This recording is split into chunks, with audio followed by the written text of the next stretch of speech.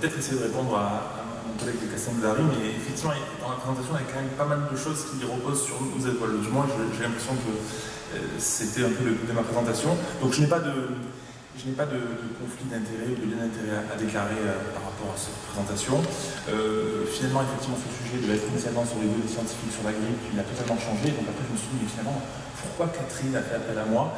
Et bien voilà, j'exerce à la Vaison-la-Romaine, à côté de Nyons. Donc ça, c'est le centre de vaccination qui a été brûlé probablement par des anti-vaccins. Et les résultats de l'étude que je vous présente à gauche en bas, c'est une étude qui est faite par des Bordelais, justement, en coopération avec Marseille, et qui montre que dans le sud-est de la France, ben voilà, la population inclue, qui était représentative de la population française, avait un risque relatif d'hésitation vaccinale qui était plus important. Donc effectivement, c'est mon quotidien dans la jonction entre la Drôme et le Vaucluse. C'est vraiment très prégnant dans la pratique quotidienne. Donc merci de me donner l'occasion de parler des habiletés communicationnelles envers l'hésitation vaccinale. Où on en est aujourd'hui, donc là j'ai pris la courbe de la couverture vaccinale en Israël, qui était le pays le plus avancé, et effectivement, nous, la France, actuellement, on est à 40 et quelques pourcents de couverture vaccinale pour la première dose, on est un peu plus, quoi. On est environ ici, et on voit que le plateau va bientôt s'inverser. Et donc là, j'ai envie de dire que pour l'instant, on a connu une lune de miel, et tout se passe bien, mais j'ai envie de dire qu'il va falloir qu'on rentre en jeu, quoi. Et il se trouve que les données de la science disent qu'il y a beaucoup de choses qui vont, je pense, reposer sur nos épaules, ou du moins on a un rôle à jouer. L'idée étant que le plateau soit le plus haut possible en France. Et je me suis dit, j'ai essayé de m'amuser à faire une projection de où est arrivé notre plateau en fonction d'eux, mais bon, en fait, je sais pas, étonnamment, j'ai l'impression qu'on va atteindre les 60% aussi assez facilement. Donc bon, ça c'est l'avenir qui nous dira, je pense que ça dépend aussi de livraison de doses. J'ai distribué avant le début de mon collègue, merci Romain, a distribué avant le début de ma présentation cette grille que je vous propose d'utiliser comme outil pour les internes qui sont présents avec votre maître de stage et ceux qui sont MSU utilisés avec votre étudiant dès votre retour au cabinet, qui sont, voilà, qui sont un peu la charnière de ce que je vais vous présenter comme outil communicationnel pour vérifier si vous les utilisez ou pas en consultation ou en corriger certains. Et on l'avait initialement créé avec une amie à moi à Marseille, Eva Métilian, pour l'hésitation vaccinale, tout vaccin confondu. Et là, je l'ai mis à la lumière du Covid-19 pour cette présentation. Donc, je ne peux pas me tarder d'avoir fait une revue systématique de la littérature. J'ai fait donc la technique de la cueillette de cerises pour rendre hommage à notre ancien président du CNGE, donc traduction anglaise pour dire que je suis allé quand même piquer des données scientifiques pour argumenter ce que je vais vous dire. Donc tout n'est pas soutenu par un haut niveau de preuve, mais j'ai été assez surpris de la littérature qui a été publiée dans les derniers mois sur l'hésitation vaccinale dans la Covid-19. Donc la première d'entre elles va être évidemment de recommander le vaccin, et cette recommandation est parfois, simplement cette recommandation est utile, et ça a été très bien décrit par Jérémy, cette hésitation molle, finalement, avec la simple recommandation du médecin traitant, peut faire basculer le patient dans une volonté de se vacciner. Donc ça a été démontré dans une revue de la littérature qui date de début d'année, où les patients déclaraient dans l'étude de Lynn que finalement c'est la recommandation de leur médecin qui les ferait changer d'avis, et une étude interventionnelle de Tomer, donc, qui est faite certes chez les militaires, qui répond un peu à la question du professeur Partouche, qui donc a étudié le comportement de 100, alors c'était des militaires, mais de 100 militaires qui avaient refusé la vaccination sur un groupe initial de 600. Ils leur ont proposé 3 bras, un bras consultation avec le médecin traitant, un bras un groupe d'échange de pratiques entre militaires pour essayer d'échanger sur pourquoi ils ne sont pas d'accord, et un groupe qui allait voir le médecin référent de la caserne quelques jours plus tard. Et finalement, c'était l'intervention par un médecin généraliste sur le site où on pouvait vacciner qui était la plus efficace. Les 3 étaient efficaces, mais c'était de loin celle qui est la plus efficace. Donc il faut allier ce colloque singulier avec ce aller vers pour être le plus efficace. Et cette intervention brève, elle peut en fait vous faire gagner du temps, parce que vous l'avez dit, effectivement, on n'a pas beaucoup de temps à consacrer, mais une simple question ouverte, alors je propose des questions ouvertes parce que la question fermée, et la pire d'entre elles est la question fermée interronégative, vous n'êtes pas encore vacciné contre la Covid-19, a tendance à mettre le patient dans une position de défense, et s'il répond non, effectivement, à déjà se rendre compte qu'il a donné la mauvaise réponse et entamer un combat. Alors que le but, c'est de savoir ce qui l'amène à penser ça. Et donc, une question telle que, concernant la vaccination contre la Covid, quelle décision avez-vous pris? Finalement, le patient se dit, mais si je ne suis pas d'accord, apparemment, ça l'intéresse et je vais pouvoir en parler. Et évidemment, si vous tombez sur les antivax dont on a parlé, inutile de vous épuiser, vous ne les ferez pas changer d'avis et donc vous pouvez directement passer au sujet suivant ou clore la consultation. Alors, il y a certains éléments qui sont dans la grille que j'ai distribuée, que je n'aborderai pas aujourd'hui, puisqu'ils sont inspirés de l'entretien motivationnel et il n'y a pas encore d'études là-dessus, à savoir les questions ouvertes, comme on l'a dit, le non-jugement, le fait d'être conscient de son comportement non-verbal en consultation, tout ça, donc l'entretien motivationnel, donc je l'ai mis la définition, c'est un entretien semi-directif centré sur la personne, visant à l'aider à accroître sa motivation intrinsèque, à changer par l'exploration et la résolution de l'ambivalence. Il y a des travaux d'Arnaud Gagneur qui ont montré que c'était des techniques communicationnelles qui étaient efficaces. Donc, c'est des études qui ont été faites en maternité pour la vaccination des nourrissons. Il n'y a qu'une seule revue de la littérature pour l'instant qui montre à quel point ça pourrait être un levier, mais sans études interventionnelles. Donc, il y a certains éléments de l'entretien motivationnel qui sont efficaces, mais que j'aborderai, qui sont juste dans la grille et dont je n'aborderai pas plus le niveau de preuve concernant la Covid. Alors, choisir le bon moment. Alors ça fait partie d'un des points importants. Le fait que vous demandiez au patient s'il accepte de parler de la vaccination, qu'il accepte qu'on aborde le sujet de la vaccination en consultation et de lui demander son avis, en fait, ça réunit 3 facteurs. C'est que d'une part, il a été montré que ça vous permet déjà de choisir, de donner la possibilité au patient de refuser, donc de vous faire gagner du temps.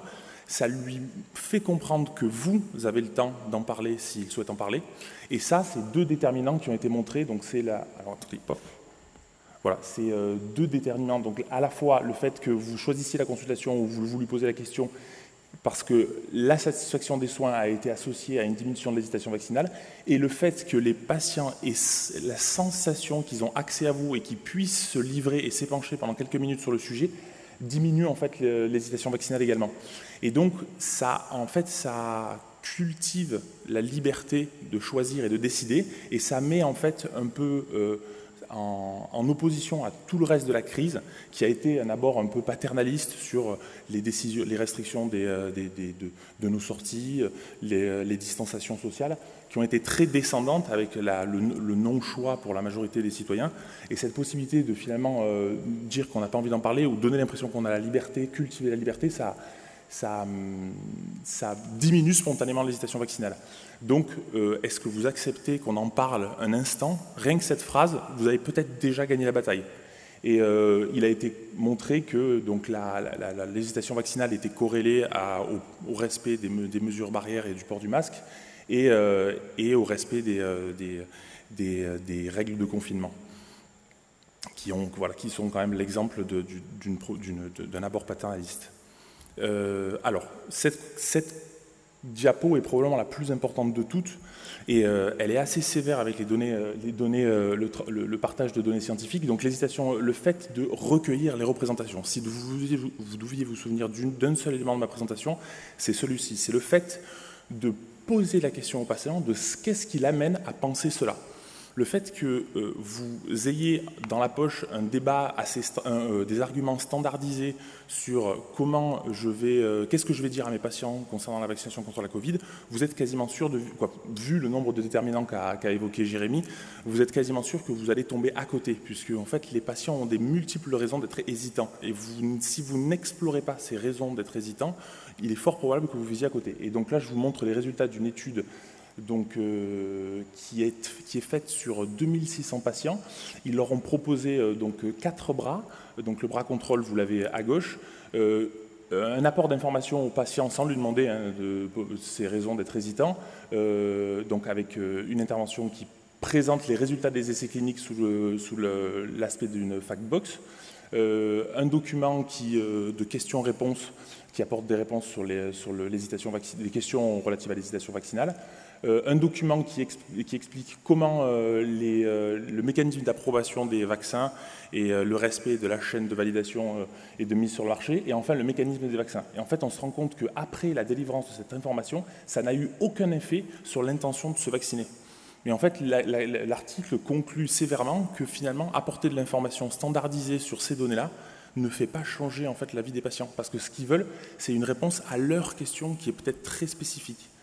Et donc, c'est pour ça que je vous invite forcément en priorité à recueillir les représentants du patient, recueillir les représentations du patient, reformuler leur dire, si j'ai bien compris, vous n'êtes pas favorable à la vaccination, donc je vais vous accuser réception du message, et vous êtes en mesure d'entendre que quelqu'un peut ne pas être favorable à la vaccination, et parce que vous considérez que les vaccins ont été développés trop rapidement, parce que vous considérez que l'ARN messager est quelque chose qui vous inquiète, ainsi de suite, et vous approfondissez. Par exemple, si le patient vous dit que c'est parce qu'il est plutôt il est inquiet des laboratoires pharmaceutiques et de leur mainmise sur le marché, et qu'on nous cacherait des choses, quand vous dites qu'on nous cache des choses, qu'est-ce que vous voulez dire? Mais en fait, vous vous centrez vraiment sur le recueil des représentations pour ensuite, finalement, répondre à des questions beaucoup plus précises. Quelle que soit la réponse du patient, quelles que soient ses représentations, la règle, ça va être d'accepter les avis des patients sans être jugeant, et donc de respecter l'autonomie des patients. C'est très important, suite à l'exploration des représentations, d'explorer les sources où les patients finalement ont recueilli l'information. Et donc c'est assez intéressant. Alors je ne sais pas si ça fait parfaitement écho à ce que vous disiez tout à l'heure sur les réseaux sociaux, mais quand on explore les représentations, les sources d'information des patients, et qu'on regarde le taux d'hésitation vaccinale en fonction de la source d'information du patient, on se rend compte que finalement les réseaux sociaux très modernes, type YouTube, Instagram, Twitter et TikTok, on observe des taux d'hésitation vaccinale qui sont aux alentours de entre 15 et 20%. Alors que quand la source d'information principale est les chaînes télé nationales ou la radio, on a des taux d'hésitation vaccinale qui sont beaucoup plus faibles. Donc effectivement, on se dit, ça me semble pas totalement, ça me semble assez faire écho à ma pratique. Par contre, en aucun cas, vous devez vous permettre de critiquer le fait qu'un patient utilise Twitter comme source d'information, puisque c'est tout à fait légitime. Et c'est surtout que quand vous explorez avec une auto-évaluation des sources, finalement, qu'est-ce que vous pensez de la qualité de ce que vous avez lu? Les patients savent être critiques sur ce qu'ils lisent, parce que finalement, ça, c'est le taux, la faible confiance dans la source d'information. Tous ceux qui s'informent sur Twitter, TikTok, Instagram et YouTube ont finalement un taux de confiance dans leurs sources qui est une faible confiance dans leurs sources qui est assez important. À l'inverse des réseaux, de la télé et de la radio, où finalement le taux de confiance est plus élevé. Donc les patients sont quand même en mesure de se remettre en question. Donc ne critiquez pas les sources, demandez aux patients de faire une auto-évaluation de leur source d'information. Ensuite, vous allez être amené à formuler votre opinion, vous recueillez les représentations, vous recueillez les sources, et là, vous formulez votre opinion. Il est important de personnaliser le discours. Ça a été montré en sciences cognitives, et peut-être que Xavier en parlera, mais le fait d'avoir un discours personnalisé, vous êtes leur médecin traitant, ils vous ont choisi, vous êtes l'intermédiaire entre la science théorique et les essais cliniques et eux-mêmes. Et vous êtes capable de personnaliser le discours parce que vous avez connaissance du modèle biopsychosocial qui entoure votre patient. Et ça, il vient le rechercher. Donc c'est pour ça que c'est important de parler à la première personne du singulier. Vous pouvez dire, je pense que, au vu de votre état de santé, au vu de votre dossier médical, il me semble que la meilleure décision à prendre, c'est celle-ci. Et dites je, en aucun cas, citer les institutions. Il y a pléthore d'études qui montrent qu'il y a une corrélation entre la confiance le manque de confiance dans les institutions et l'hésitation vaccinale. Là, ce sont des coefficients directs qui influencent directement l'hésitation vaccinale entre la croyance dans la théorie de la conspiration pour la vaccination pour les enfants, pour les adultes et pour les deux, concernant le Covid toujours. Donc, évitez de citer les institutions, positionnez-vous personnellement. Le partage de données scientifiques peut parfois être nécessaire. Et effectivement, c'est là où les fact-box peuvent servir, c'est qu'il y a des patients qui vont vous solliciter et qui veulent eux-mêmes évaluer le risque pour leur santé. Et donc il est important de ne pas délivrer des chiffres sans savoir si les patients veulent vraiment les entendre. Et donc ça fait écho à cette slide sur l'information qui est demandée par les patients comme étant simple et équilibrée. Simple parce que c'est parmi les articles que j'ai pu lire, c'est là où il y a le plus grand changement par rapport à la littérature sur l'hésitation vaccinale, autre que sur la Covid-19, c'est que les patients considèrent qu'il y a un trop grand flux d'informations. Ils ont même l'impression que les informations sont contradictoires et ils cherchent une information qui est simplifiée. Et cette simplification, c'est à vous de la faire. Et alors même que pour les autres vaccins, les parents, par exemple, disent souvent que pour les nourrissons, ils sont plutôt en manque d'informations. Concernant la Covid, les patients ne veulent plus être inondés d'informations. Un simple positionnement de votre part va parfois être suffisant. Adapter votre langage, évidemment, à éviter le jargon et la surargumentation, le fait d'accumuler les arguments en faveur de la vaccination. Pour ceux qui ont fait un peu d'entretien motivationnel, vous savez que ça a tendance à renforcer les résistances et les patients quittent la consultation encore plus convaincus de ne pas être d'accord avec vous finalement, puisque vous vous êtes opposé, alors vous avez surargumenté. Et enfin, une information équilibrée, pareil, sciences cognitives, quand vous êtes trop engagé envers le vaccin et vous êtes trop convaincant et que vous n'évoquez pas les possibles effets secondaires, les patients sont effrayés par ce discours trop pro-vaccin. Donc, délivrer une information équilibrée. Effectivement, il y a des effets secondaires. Alors, on peut parler de la rectogénicité ou des effets secondaires rares et graves, tels que les thrombophlébites, ainsi de suite, mais évoquez-les. Ce n'est pas des sujets, en aucun cas, qu'on doit taire. Vous les évoquez. Alors, les bénéfices plus que les risques. Ne jamais manipuler la peur pour faire changer les gens d'avis. La peur, ça invoque une émotion négative et le patient va se concentrer sur la gestion de cette émotion négative en consultation plutôt que sur la gestion de son changement de point de vue. Et vous devez en priorité présenter les avantages à la vaccination plus que la peur, parce qu'en plus la peur dans la notion de protection de société et de couverture vaccinale, de protection grégaire, ça peut aussi générer de la culpabilité. Et ça, c'est deuxième sentiment négatif qui va s'opposer au changement d'avis. Et aussi tout simplement parce que le risque il est faible. Aujourd'hui, un patient qui a 35 ans et qui refuse de se vacciner, le risque finalement réel est faible.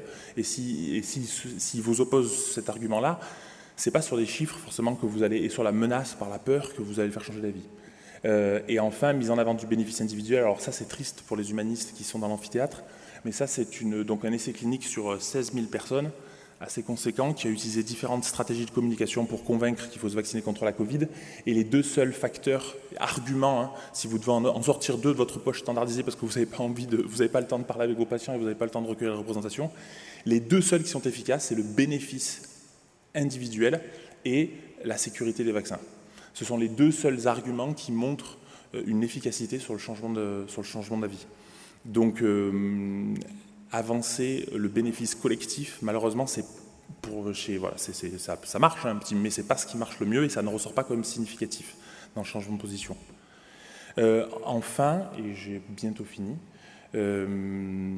l'outil de la communication narrative. Le fait de raconter une histoire, c'est quelque chose qui est critiquable. Parce qu'on sait très bien que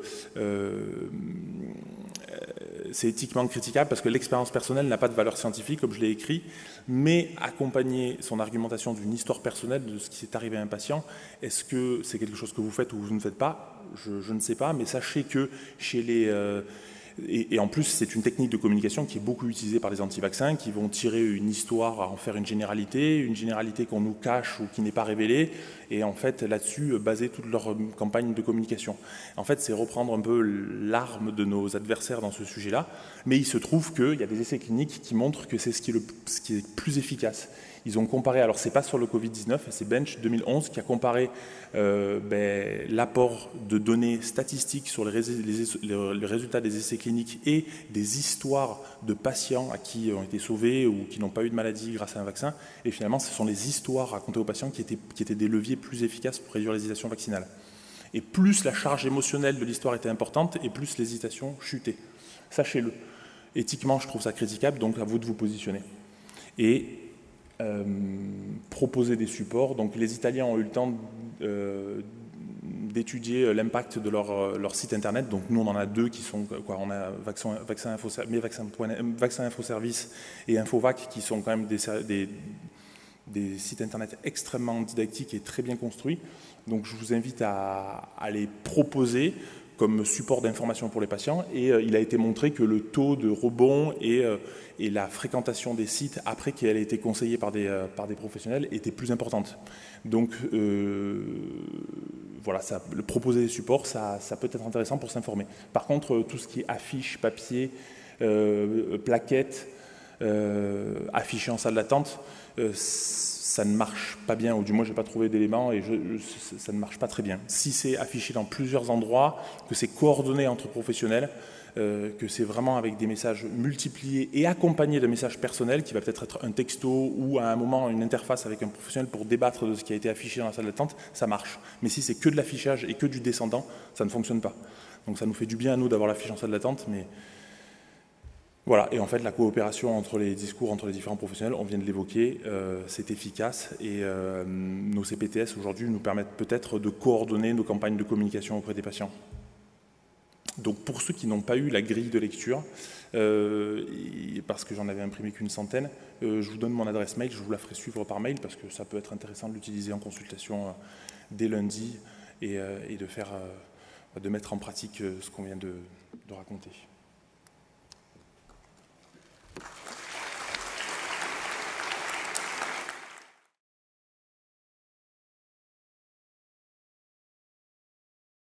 Dans une MSP. J'avais une question. Merci déjà pour la présentation qui était très claire et très détaillée. J'ai bien aimé. Ce qui me taraude beaucoup, on demande au patient l'accord si on veut, s'il veut qu'on lui parle de la vaccination. Et est-ce que ça ne nous rend pas trop passifs? Est-ce que ça ne nous fait pas cautionner des idées totalement folles, parfois, au sujet de la vaccination? Et donc ça me pose beaucoup de questions parce que je veux bien avoir une approche centrée patient et faire une décision médicale partagée, mais parfois je trouve qu'on est trop passif de nos jours pour ne pas heurter, pour favoriser un dialogue. Et question secondaire, est-ce qu'on ne peut pas être accusé de ne pas avoir délivré assez d'informations à un moment donné, puisque le patient il a dit « je ne veux pas ». Voilà. Oui, je comprends. Alors, c'est intéressant parce que ça renvoie au modèle classique du modèle informatif d'un côté où on délivre de l'information et c'est aux gens de répondre, de prendre la décision, on leur délivre de l'information et on ne s'implique pas. Moi, je trouvais que l'idée de demander si les patients acceptent d'en parler, c'est la deuxième question qu'on pose. Donc la première question, c'était concernant la vaccination Covid-19, quelle décision vous avez prise? Ah non, moi c'est hors de question que je me vaccine, il n'y a pas moyen. Mais est-ce que vous acceptez qu'on en parle? Et là, en fait, ça a un effet, au contraire, ça ouvre un espace. Et surtout que s'il vous dit non mais docteur, il n'y a pas moyen. Ben là, du coup, ça répond à notre collègue de Castelnaudary qui, en fait, au moins, on ne perd pas de temps. Et on sait qu'il y a certains patients sur lesquels c'est le bout de la distribution de l'hésitation vaccinale qui est qu'on ne fera pas changer les gens d'avis. Et donc c'est pour ça que je trouvais que c'était un bon milieu, donc le milieu décision médicale partagée, et à l'extrême droite, le modèle paternaliste où on prend la décision à la place des gens. Donc je trouvais que ça collait bien avec le modèle décision partagée. De nos jours, il me semble que parfois le monde devient tellement débile qu'on peut nous accuser de ne pas avoir fait assez. Donc, si le patient il dit non, mais je veux, même à la deuxième question, il dit je ne veux pas en discuter, si après il tombe malade et ça se trouve le vaccin il était très efficace, le médecin il n'a pas fait assez pour convaincre.